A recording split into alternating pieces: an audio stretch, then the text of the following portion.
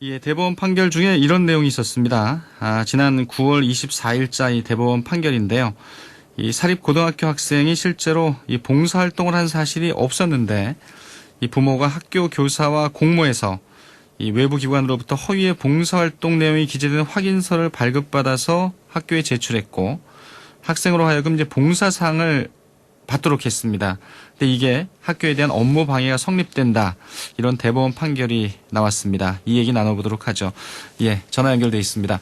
백은자 변호사님 안녕하세요. 네, 안녕하세요. 예, 이게 이제 9월 24일에 내려진 대법원 판결 내용을 제가 간략하게 네. 이제 정리를 해드렸는데 네. 이 사건이 뭐 누구나 쉽게 이해할 수 있습니다. 근데 항소심에서는 무죄가 선고가 됐었고, 근데 대법원에서 이제 유죄가 된다면서 이제 원심을 파기환송하면서 이렇게 됐는데 이 사안에 대해서 좀 자세하게 한번 설명부터 좀 해주시면 좋을 것 같아요.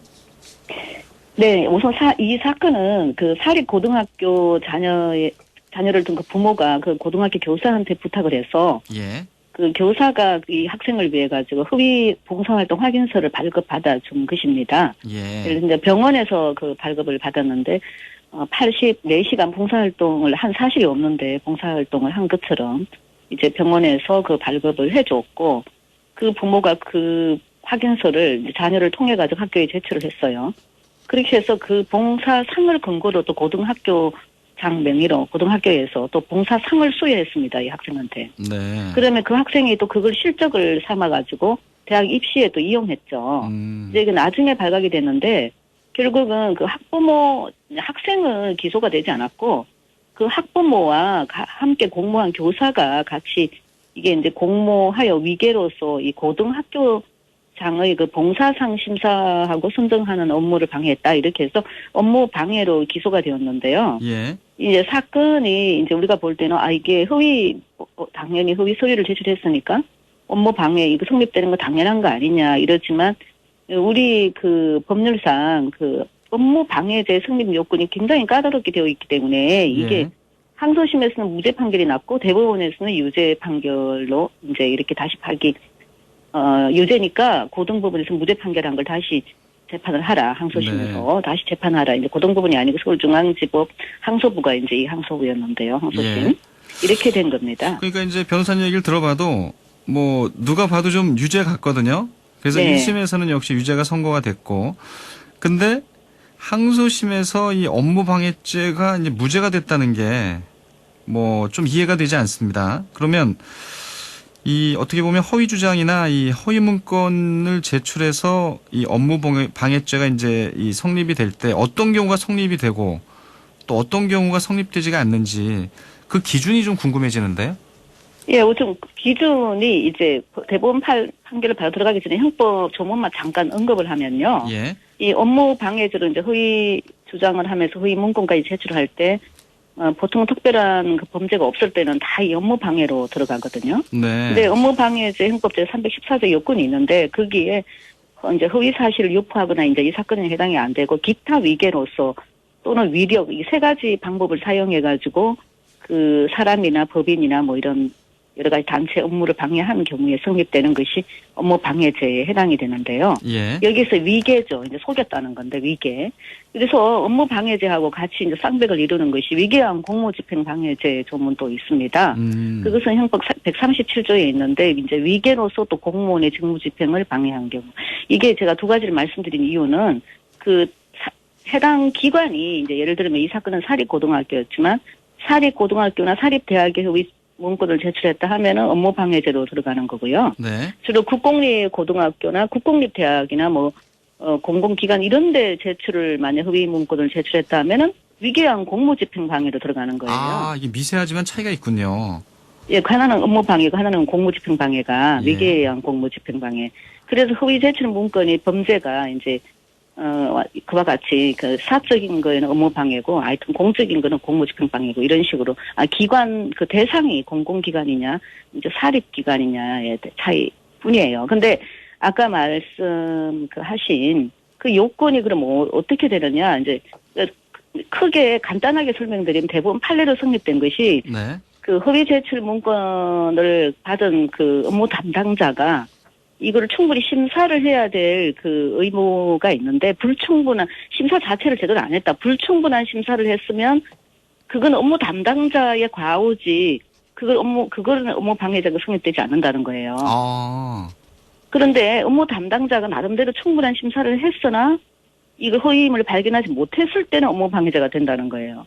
그러니까 이렇게 그러니까 이 담당자가 이 네. 면밀하게 딱 검토해서 이게 아니다라고 판단을 내려야 되는데 그렇게 내리지 못했을 경우가 결국은 위기에 의한 이제 이 공무집행 방해 내지는 업무 방해죄가 되는 거네요.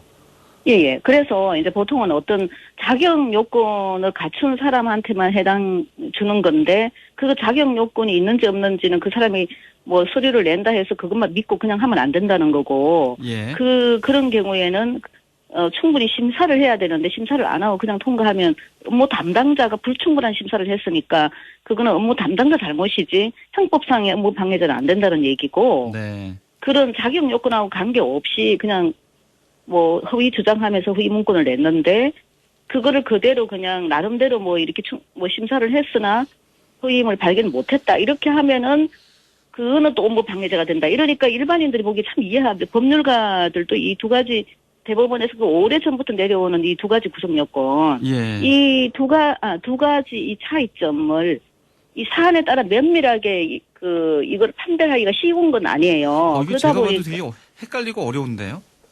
헷갈리고 그리고 그래서 이번에 사실 조국 씨 사건 같은 경우에도 그 자녀의 그 여러 가지 허위 문건 거기도 봉사상 문제가 있고 이렇지만 네. 그게 이제 업무 방해가 되느냐 안 될 때 변호인들이 계속 이제 이거를 여러 가지 그 변론을 할 수 있는 게 이와 같이 업무 방해죄가 꼭 성립이 된다는 그 판결이 아주 이게 좀 사실은 불확실하잖아요. 이게 내용이. 그러니까 아주 애매하고 이게 명확하지가 않네요. 예, 그렇기 때문에 계속 이제 여기에 대해서는 기소만 되면 이것 갖고 되게 다투거든요. 그렇겠는데요. 근데 이 업무 담당자가 이 충분한 심사를 하지 않았을 경우에는 이제 업무 방해죄가 성립되지 않는다고 하셨잖아요. 예. 근데 이게 왜 이렇게 규정이 이렇게 돼 있을까요? 그냥 본인이 사실은 약간 허위로 뭔가 이 증명서를 냈을 때 그 자체가로 법률이 위법한 게 아닌가요? 딱 그렇게 해석을 해야 되는데, 예. 그 구성 요건 자체가 위계로 인한 이게 이제 사실은 공무 집행 방해든, 업무 방해든 이게 업무 방해의 실제로 업무 방해 결과가 발생함을 요하진 않고 업무 방해 결과를 초래할 위험이 발생하면 족하다. 이게 위험법이라 그래가지고 핵심이 업무 방해의 결과를 초래할 위험이 발생했냐 안 했냐. 이렇게 이걸 가지고 이거를 성립이 되느냐 안 되느냐 갖고 다투고 있는데, 예. 그 고등 부분이 이 동일한 사안을 가지고 이 사건도 즉 봉사를 하지 않았는데 그 봉사를 했다고 확인서를 냈는데 그걸 봉사상을 줬어요. 예. 그러니까 항소심에서는 아니 이거 봉사를 진짜 했는지 안 했는지 제대로 조사를 해가 봉사상을 줘야지. 그러면 그 업무 담당자가 제대로 불충분한 심사를 했으니까 그거는 이건 업무 방해죄가 아니다 이렇게 무죄를 내린 거거든요. 그러면은 그럼 이런 경우에는 그 업무 담당자한테는 죄를 물을 수가 있나요? 업무 심사하지 않았을 때. 담당자는 뭐 학교 안에서 이제 그 내부적으로 그런 것은 이제 징계 사유가 되거나 또 아까 말한 허위 주장을 해가 허위 증거를 냈을 때 그 나중에 이제 봉사가 상을 줬을 때는 수상을 취소할 수 있거나 그건 별도의 문제예요. 이거는 아까 말한 입학을 취소하거나 이제 이런 문제는 별도의 문제고 이거는 형법상 업무 방해죄가 되느냐 안 되느냐. 형법상 위계한 공무집행 방해가 되느냐 안 되느냐 이 구성 요건 성립이 되느냐의 형법상 범죄 성립 요건에 관한 문제이기 때문에 예 지금 그 부분을 판단할 때 이 업무 방해죄를 이런 식으로 굉장히 어렵게 아주 사실은 사안마다 이게 정확하게 이거 법률가들도 이 사안에 이게 해당이 되는지 안 되는지를 저는 몰라요. 솔직히 얘기하면 정확하게. 제가 보니까 1심에서는 당연히 일반인들이 생각하듯이 유죄가 된 게 이해가 되고요. 2심에서 항소심에서 무죄가 된 이유도 이제 이해가 됐어요. 이런 법률적인 부분들이 있기 때문에. 그러면 대법원에서는 이제 이 사안이 다시 업무방해에 해당된다고 보고 이제 사건을 돌려보낸 거잖아요. 그렇죠. 이제 대법원에서는 대법원이 판단한 이유는 뭘까요? 저는 대법원 판단하는 것도 이래요. 봉사상에 관한 신청을 받아가지고 봉사상을 받을 만한 자격 요건이 되느냐 안 되느냐를 가지고 봉사상을 주는 게 아니라고 대법원은 또 이렇게 판단을 했어요. 이게 그냥 학생이 주장한 하는 그 내용을 그걸 사실로 전제해가지고 이거는 상을 주는 거다. 그러니까 왜 객관적으로 볼 때 명백한 그 외부에서 아까 봉사활동 했다고 하는 그 병원에서 발급한 그 확인 봉사활동 내역서가 객관적으로 볼 때 명백히 무슨 오류가 있거나 아니면 학교 담당 교사나 학교장이 허위임을 인식했다고 볼 수 없다는 식으로 하면서 네. 발급 기관에 별도로 문의해가 기재 내용을 무슨 다시 확인할 필요도 없다. 뭐 이런 식으로 하니까 그러면서 학부모와 이 교사가 공모하에 한 거는 이 학교의 교사는 아니고 외부 기관의 교사인데 예. 그 교사가 허위의 봉사활동 확인서 제출로서 이 사립학교장의 봉사상 심사 선정 업무 방해의 결과를 초래할 위험을 발생시킨 것이다. 이렇게 보니까 어떻게 보느냐의 각도인데 대법원에서는 또 완전히 이게 자격 요건에 대한 심사가 아니다 해가지고 예. 또 이거를 유죄 취지로 내렸거든요.